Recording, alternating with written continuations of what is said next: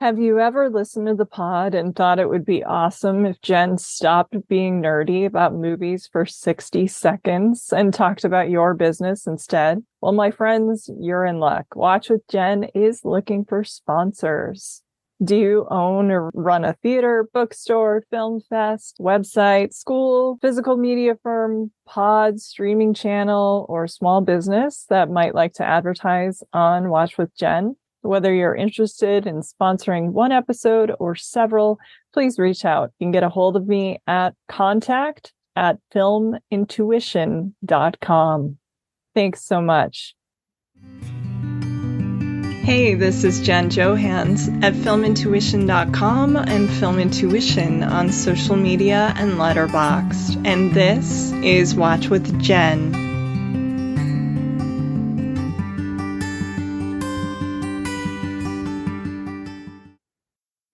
Today, I'm very excited because I've been looking forward to bringing back our lovely next guest for a while now, an accomplished lawyer and a highly readable film critic at her own site, moviemom.com, and at rogerebert.com, where she's also an editor. Nell Minow has written over 3,000 movie reviews since the 1990s. Additionally, she's also authored a handful of terrific film books, including 101 Must-See Movie Moments and The Movie Mom's Guide to Family Movies. Nell, I want to thank you so much for coming back. It's always a joy and such a pleasure to have you on. I learn something new every time we talk, so it's the best. Welcome back. How are you doing? I'm doing fine. I'm always very happy to be on with you, and I couldn't be happier at our topic today. You always come up with the best ideas, like fall movies, I think was one of our first ones we did after like an initial first episode where we just sort of shot the breeze and talked old movies. And then it was like female friendships. We did one with Judy Greer and I'm blanking on the name. Eve Arden. Judy Greer and Eve Arden. Yes. Yeah, the best friend characters, best friend which role is such an important part of so many of these movies. And I, hit you up for some more great ideas, and you did not disappoint with Thelma Ritter, who is an amazing actress. I would love to know your relationship. When did you become a fan? And talk to me about Thelma Ritter. I think I first noticed her in All About Eve. Yes. And I know we're going to talk about that, but I became a fan instantly. And I think the main thing that I want to say about her is that in addition to extraordinary screen charisma, she held her own next to the biggest stars, an incredible variety of the biggest stars, and with an incredible variety of directors. She had a naturalness on camera that just made her so appealing. Possibly in part because she never tried to change her accent. She didn't try to go Meryl Streep on us. No. Yep. She just embraced it. Yep. But within that context of the way she looked and the way she sounded, she created an amazing variety of performances where sometimes she was tough, sometimes she was vulnerable, sometimes she was cynical, sometimes she was optimistic, and occasionally, and I really want to talk about this today, she actually got to play a romantic lead a couple of times. And so I want to really talk about that. But she was just great. And I'm such a big fan of the classic character actors. We could do an entire series just on the character actors, but I can't think of a better one to start with than Thelma Ritter. Exactly. She was the perfect antidote. I won't, insult the actor or mention the show, but last week I was watching a show with one of my parents, and it's very popular. And just the lead, it's kind of one of those interchangeably pretty, bland, it will play well in the Iowa City, essentially, kind of leads. But it's like a charisma vacuum. A lot of these actors, unfortunately, I don't know if it's just the bad writing or they're just miscast, whatever it is. I'm not insulting them. But what a great antidote to go from that kind of an actor situation that we have where it's like a weird material, it's not gelling, to Thelma Ritter, who really just digs in. I've always loved character actors. We talked about David Morse once, Yes. and I think the classic actors and actresses are just phenomenal because, they had to go in there. They know that they're not going to be, the Ingrid Bergman or Barbara Stanwyck, but they go in and they do their job and steal focus, and you love them. Like we're going to talk about Pillow Talk later. Tony Randall, same situation. Right. Kind of, they're the MVPs of that movie, and she was nominated 6 times. Didn't For an really, Oscar? yeah, didn't win. She didn't really get her start until her 40s, or like Right. really, kind of into the first few roles were uncredited even. And then she just kind of hit the ground running. Yeah. Yes. And I think that I want to recommend a movie to you if you have not seen it. It's called That Guy Who Was in That Thing. Do you know that movie? I know the movie. I haven't seen it yet. I think it was just on Showtime at the time and I Yeah. didn't have And that. then they But did a yeah. sequel, That Girl Who Was in That Thing also. But it's about character actors, and it's about how important, how vital they are. And you learn so much. And by the second half of the movie, you realize that it's not just about character actors, it's about all of us who in a way are character actors in our lives. Yeah. And one thing that they say is the character actor has to be perfect every time Yep. because they're going to go with whatever take the star gets right. Yeah. Thelma did star with Marilyn Monroe, about whom they didn't get a lot of good takes, but the ones they did get were great. Yes. And uh, and they also are responsible for delivering a lot of exposition and adding a lot of. We talked about this with the female friends, adding a lot of character to the otherwise kind of bland main character, who must be more exciting than we think if they're associating with Thelma Ritter. And so Mm-hmm. the role of the character actor, I really do want to recommend that movie, That Guy Who Was in That Thing.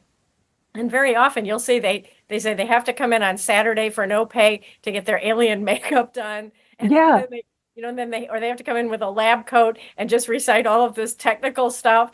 And they, as I said, they have to be perfect every time. And I'm sure that Thelma was perfect every time because she's just great. She kind of reminds me of some of the actors in the Coen brothers filmography, and how every side performer is perfect and you remember them. Sometimes they're the ones that stick out, like, the desk clerk, the female desk clerk in No Country for Old Men is the only one who like really stands up to him. I can't give out no information. She's perfect. Emmett Walsh, John Polito, these people that they go with time and time again, or these small characters. And that's kind of, it comes from classic movies and some of these performers who just did amazing work. I love what you were saying about how they have to hit a home run essentially every time, because they do. And boy, did she ever.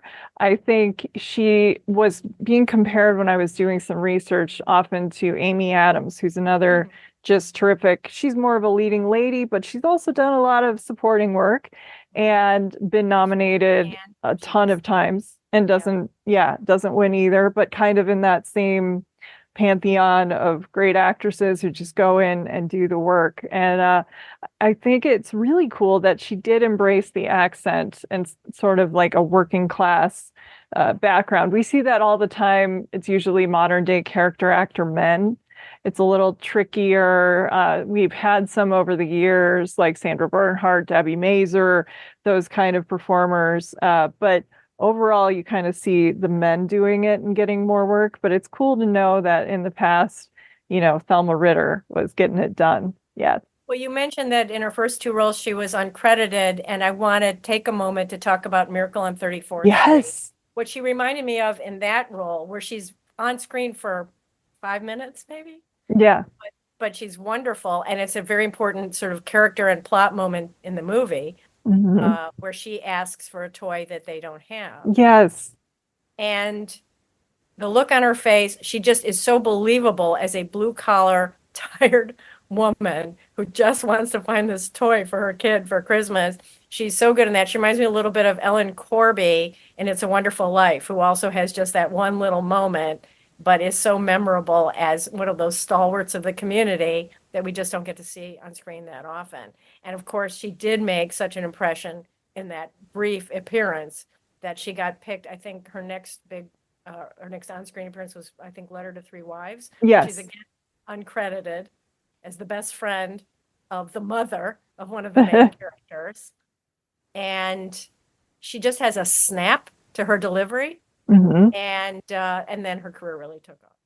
Yes.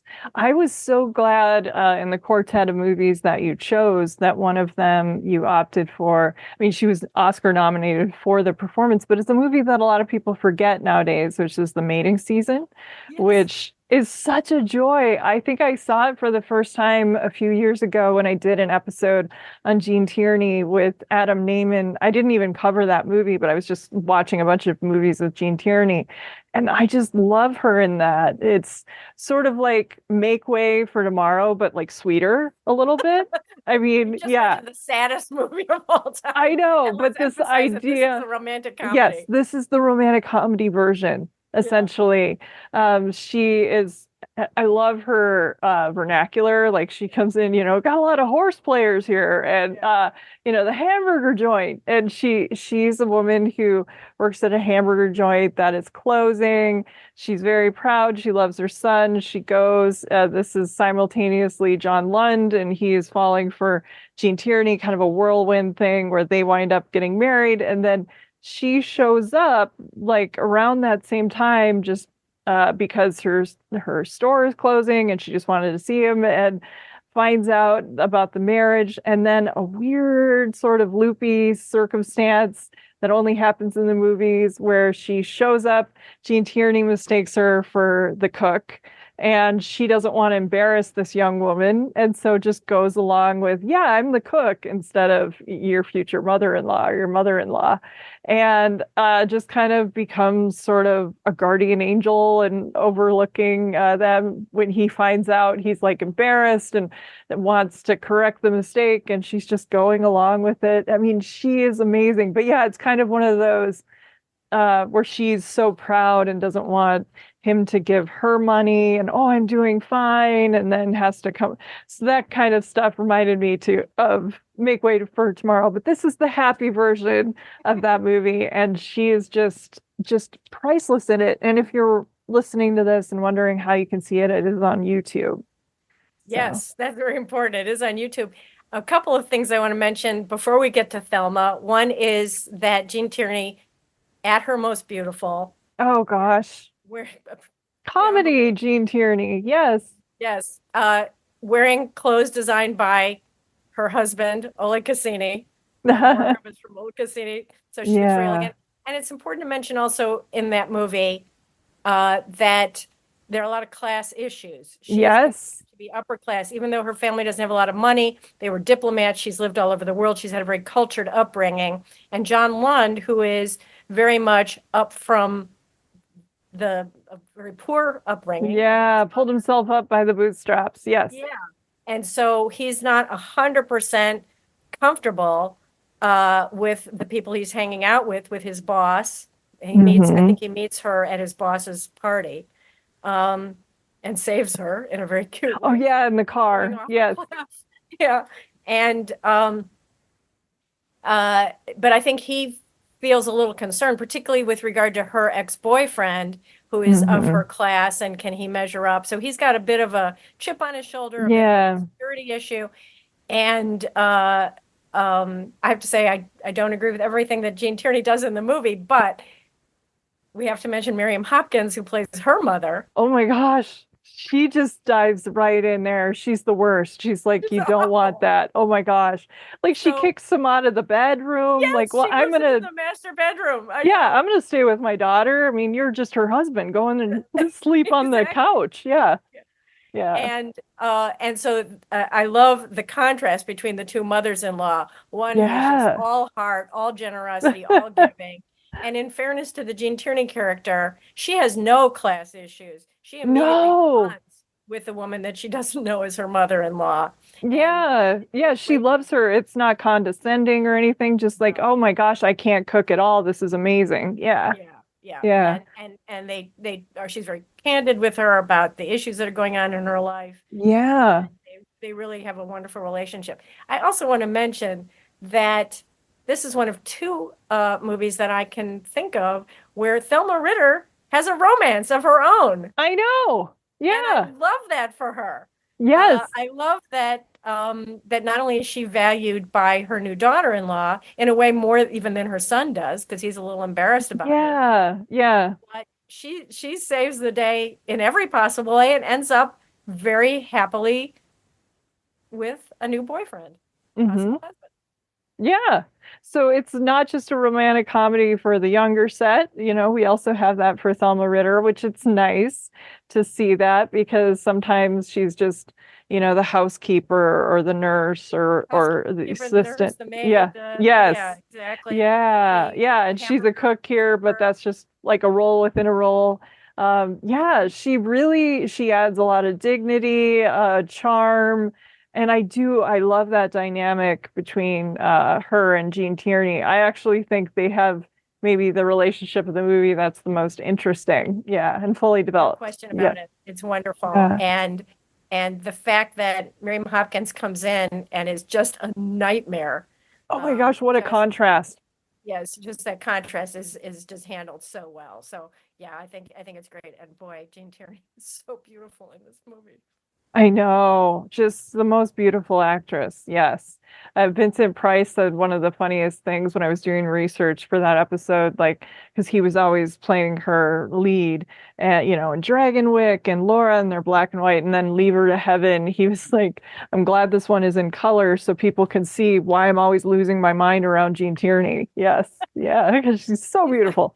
And that is not a romantic comedy. That one is No. he is the worst villain The ever. worst. Oh The my very gosh. worst. Across the lake. That Mur- sequence will right. stay with me the Murder rest of my your life. boyfriend, your husband's disabled brother. Yes. Yeah, and that's Oh my even God. just the And then beginning. going down the stairs. Oh, I the mean, staircase. it's kind of like Dynasty and all those soaps and Knots Landing and Yeah. Dallas that were popular when I was a kid, Mhm. took from Over the the top Lever to soapy Heaven. melodrama. Yeah, Yeah. she is extremely beautiful in that. And when it comes on, if I just have a few minutes, I will watch the opening where she is on the train and meets Yes. Cornell Wilde because she is just so lovely. Yeah. Absolutely. And I was also really glad that you chose Pick Up on South Street, Mhm. which, Sam Fuller, I hadn't seen this, I think probably since like film school, maybe. Like it had been that many decades. And I just watched it on my own because I think Sam Fuller was mentioned in one of the textbooks. And I'm like, oh, yeah, I wanted to see that because Scorsese's a huge fan. Pick Up on South Street, it is still crackling. It has, of course, a communist plot line that's very 50s, but it's shocking, it's sexy, it's super violent. It's kind of like Kiss of Death, Yes. a little bit in that, or let's see, Kiss Me Deadly, another one. But yeah, it's people get beaten. It's like Night of the Hunter. It's a little intense in Murdered. places. Yeah, murdered. It's kind of erotic at the beginning when she is on the subway and he, picks her pocket. Richard Widmark is amazing. Peters is the woman whose pocketbook, which the film, there's like film, and she thinks she's delivering business secrets, or she doesn't really know, a favor for her ne'er-do-well ex. And it turns out that it is something that the communists want and a whole mess of stuff. Thelma Ritter is informant. She is someone of the criminal underworld. She plays all the angles. She knows how to work things for money and she's amazing in it. She's a character who could easily, I think, in most stuff today, they just would have had a male character play the informant who knows everyone in the underworld. But here it's Thelma Ritter. I love the scene where she goes into the police station, into the office, and she's like grilling them on, did he have a newspaper? Was he a southpaw? Was he like, what was his Did he technique fold the like? paper this way? Yes, Yeah, I think yeah. it's so She's just good. absolutely fantastic in this. And again, just want to emphasize that given her look and her accent, it's amazing what a variety of characters she was able to create.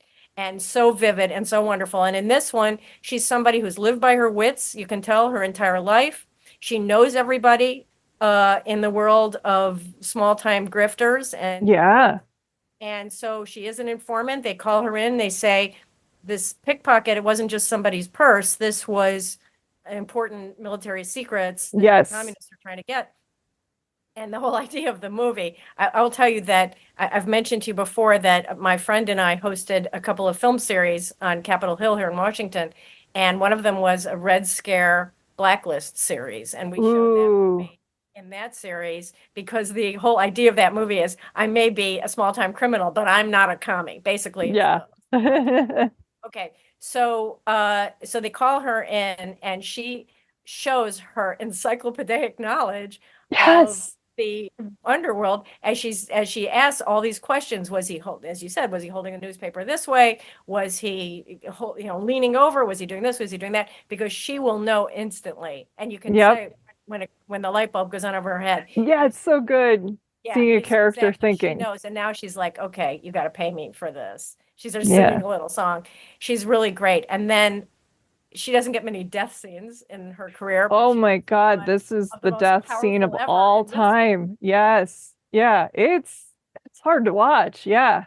Very hard to watch because we Yeah. love her by that point. Oh We my really gosh, I love her. know. And she's just exhausted and resigned and brave and just like, I'm tired, I think is her line, or yeah, something like that. And oh my goodness.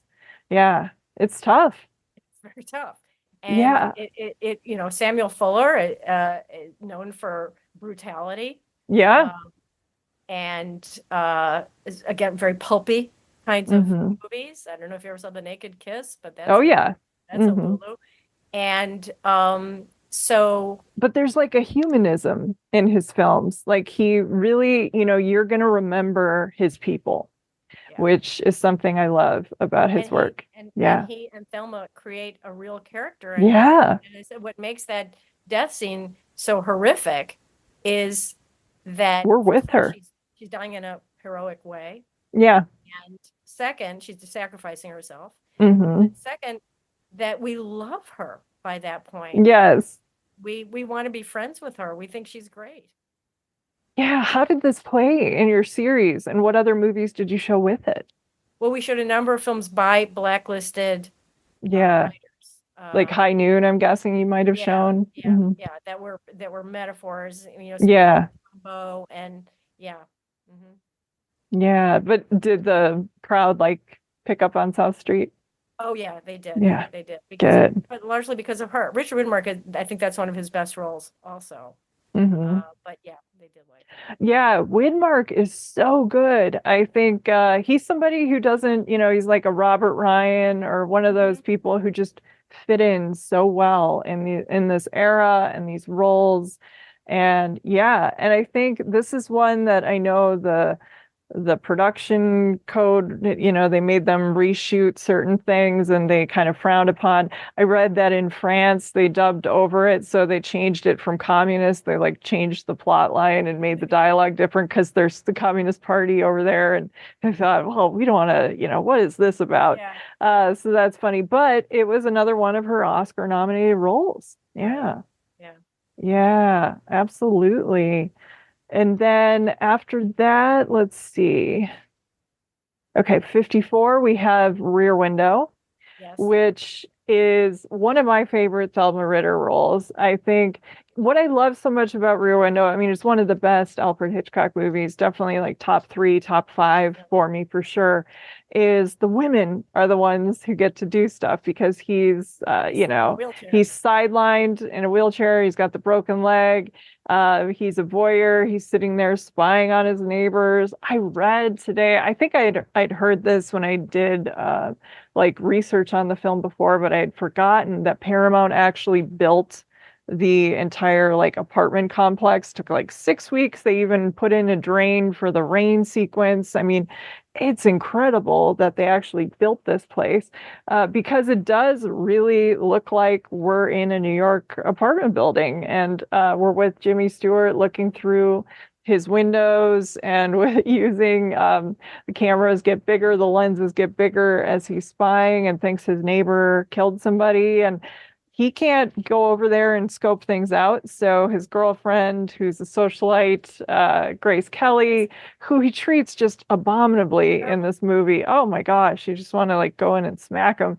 And then Thelma Ritter, who is his nurse slash housekeeper, like she's just kind of a Jill of all trades.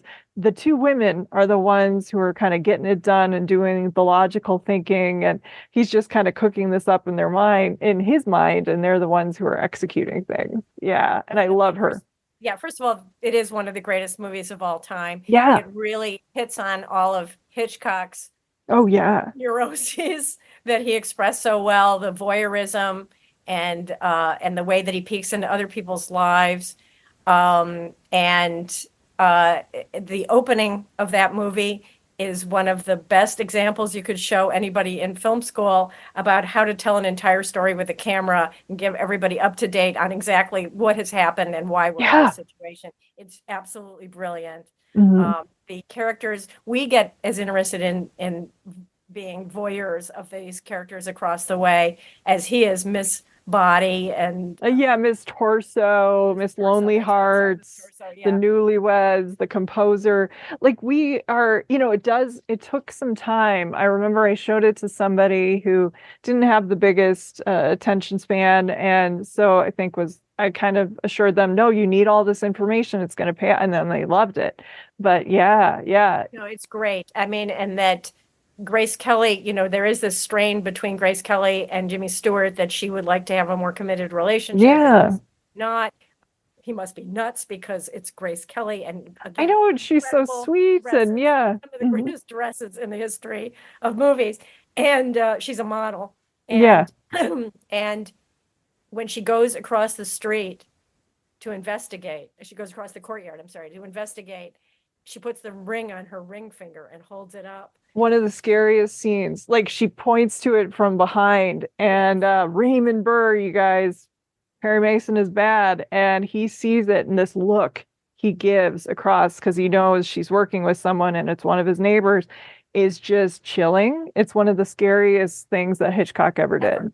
I've Yep. seen the movie innumerable times. I still get scared when Yeah. Raymond Burr walks into that room.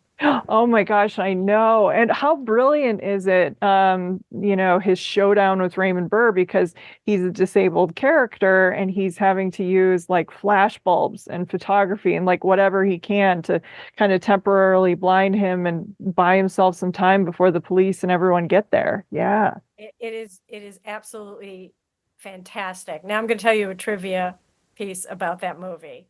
You mentioned the composer, the piano player. Yeah. That is Ross Bagdasarian, who, under the stage name of Dave Seville, invented Alvin and the Chipmunks. Right. I love that. I did not put that together. That's amazing. Isn't that great? Yeah. Okay. Okay, now let's talk about Thelma.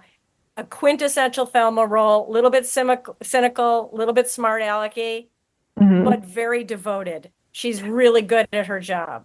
Yes, she is. She cares about both of them. And she also just wants him to realize, like, you're letting this woman slip through your fingers, dude. Like, what are you doing? Yes.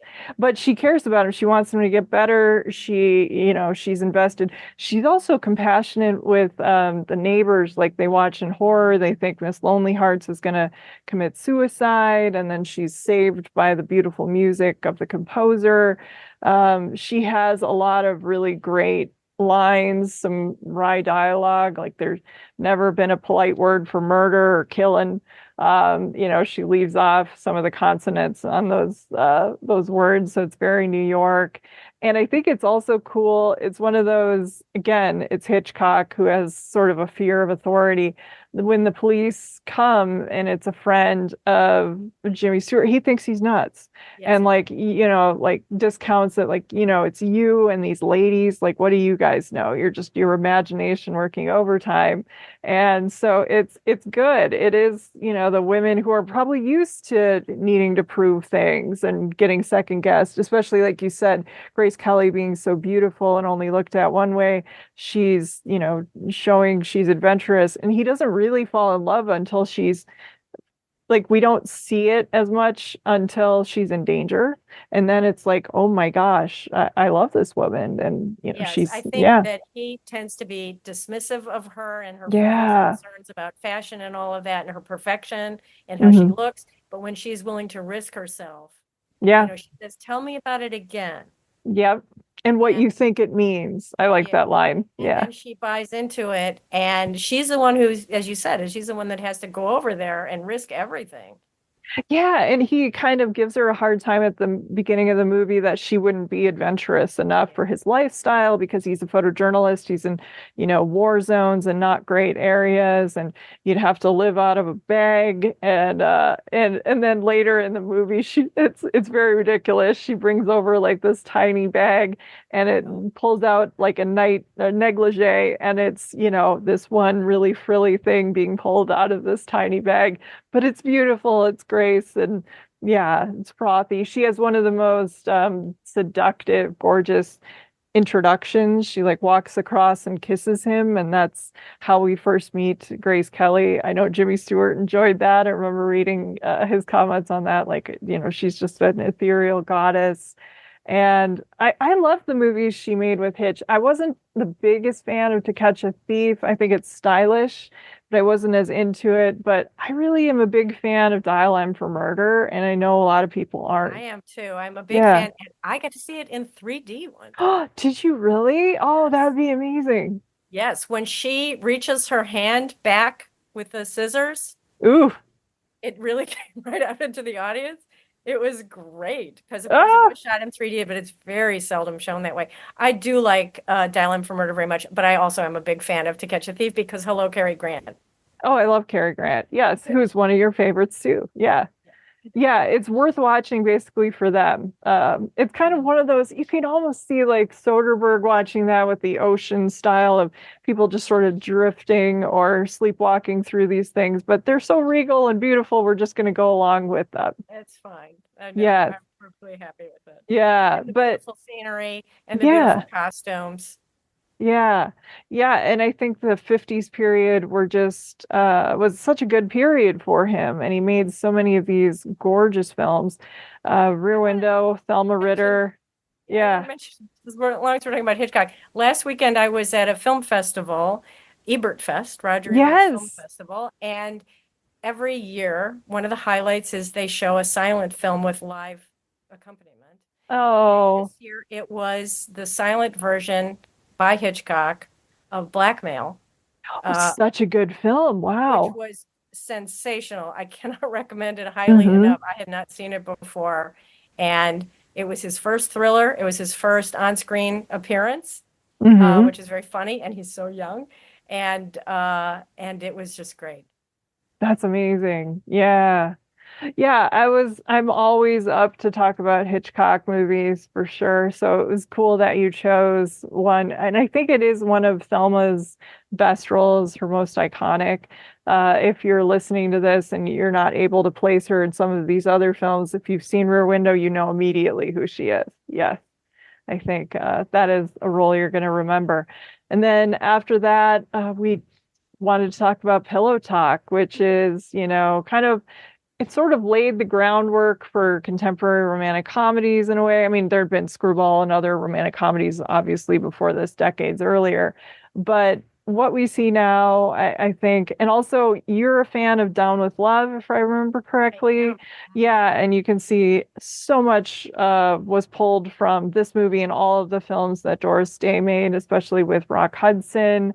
It's one of those where you have a misunderstanding and he's playing a different part. They're sharing a party line, and he's this cad who is a big Lothario and always, romancing women and singing them the same song that he allegedly wrote about them. And she can never use her phone because it's a party line. So she just loathes this man on the other end of the phone. And then, a weird sort of situation arises where he's drawn to her in real life and has to put on a different personality.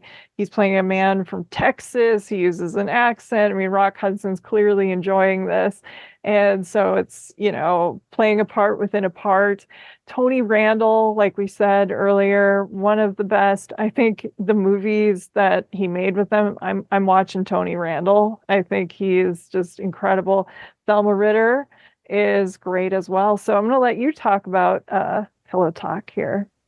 Well, I do love Pillow Talk, which, as you said, set the stage for a new kind of romantic comedy. Yeah. There were so many.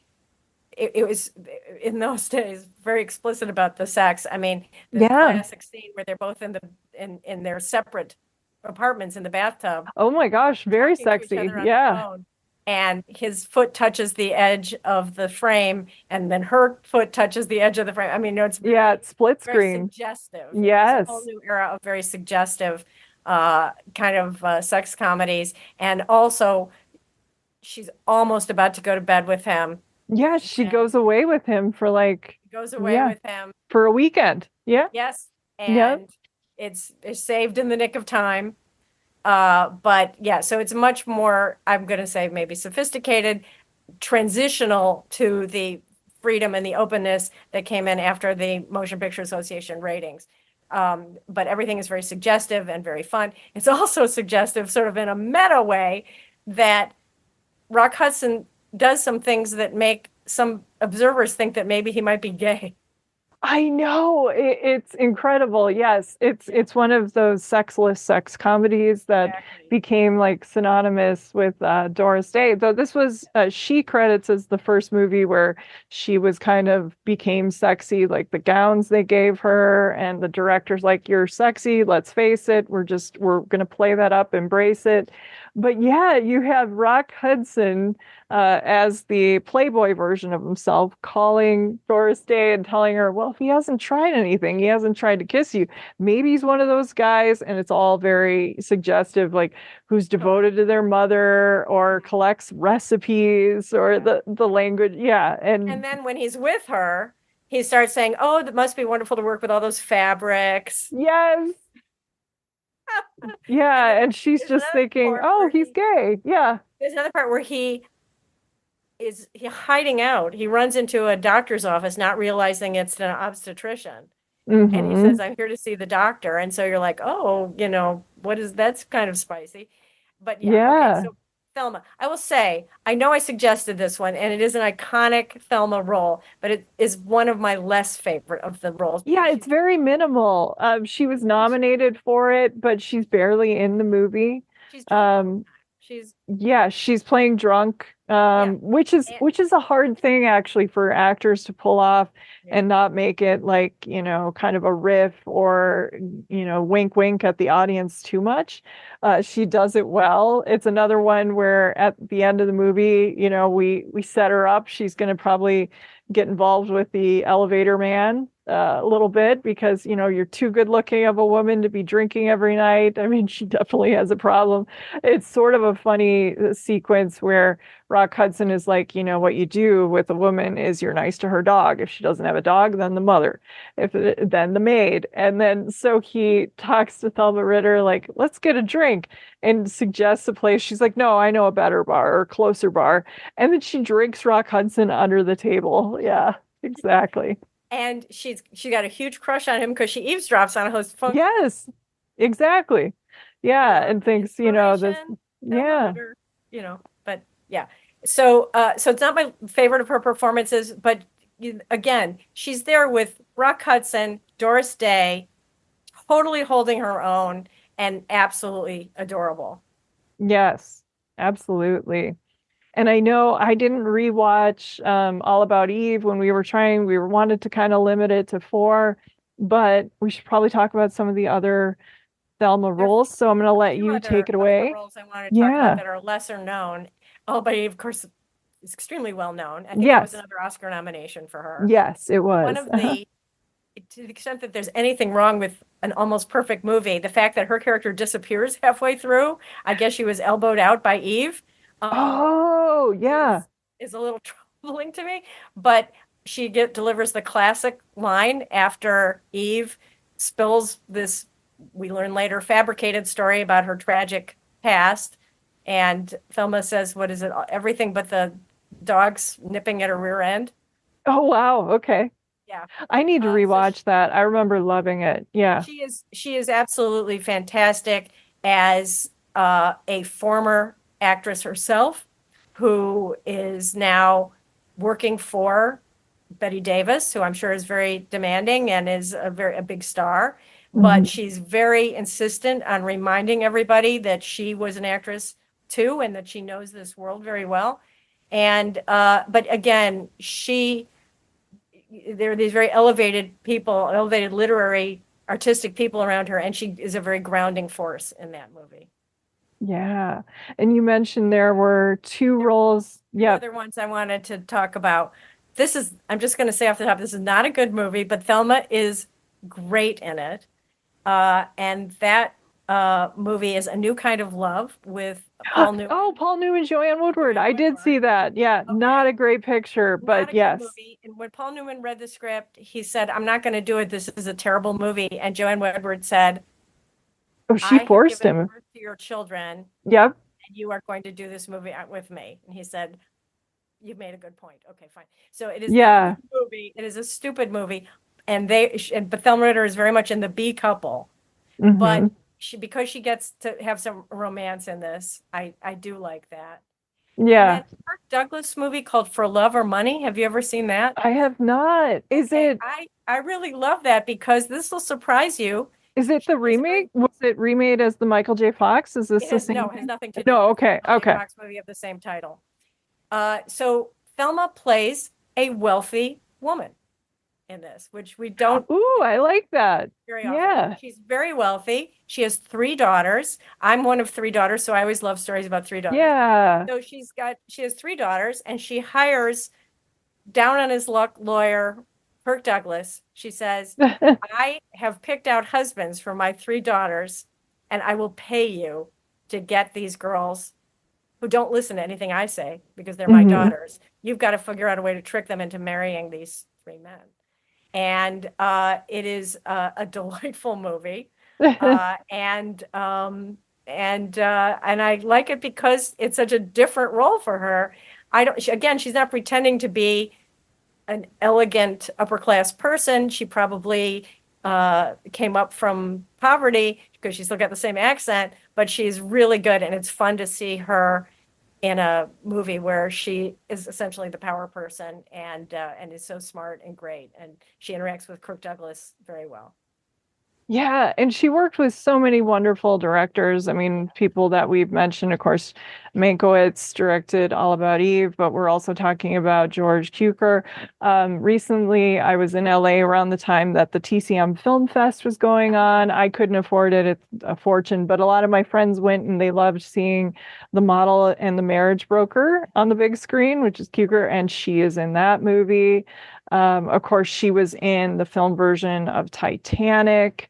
I'm looking at her credits. The Misfits, John Huston. Yes, with Marilyn Yeah, Monroe. which I remember being a very good role. Also, Birdman of Alcatraz, which I Yes. have not seen in a long time. I believe she was nominated for that. It's Was she John Burt Lancaster's Frankenheimer. mother? What?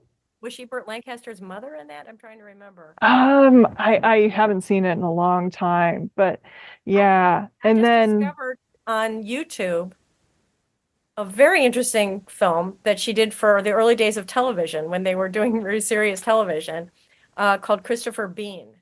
okay. And she's wonderful in that. And she plays a maid who works for a fairly well-off family. Hmm. And sometime in the past, long before the movie takes place, they had, I think, a boarder. I think he lived with them who was an artist. And all of a sudden now his art has become very, very valuable.